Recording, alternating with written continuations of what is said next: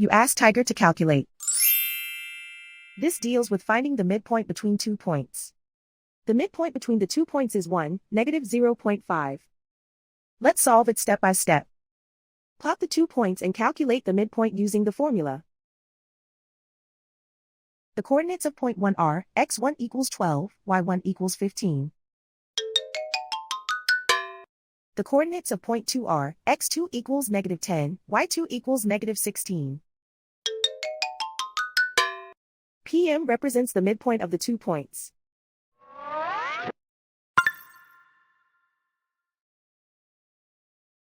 Use the x values in the midpoint formula to find the midpoints x.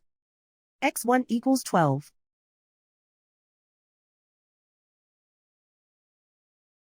x2 equals -10. Simplify the arithmetic.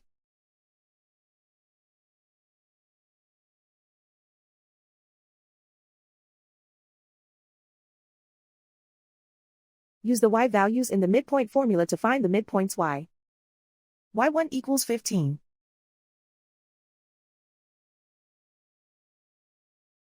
y2 equals -16. Simplify the arithmetic.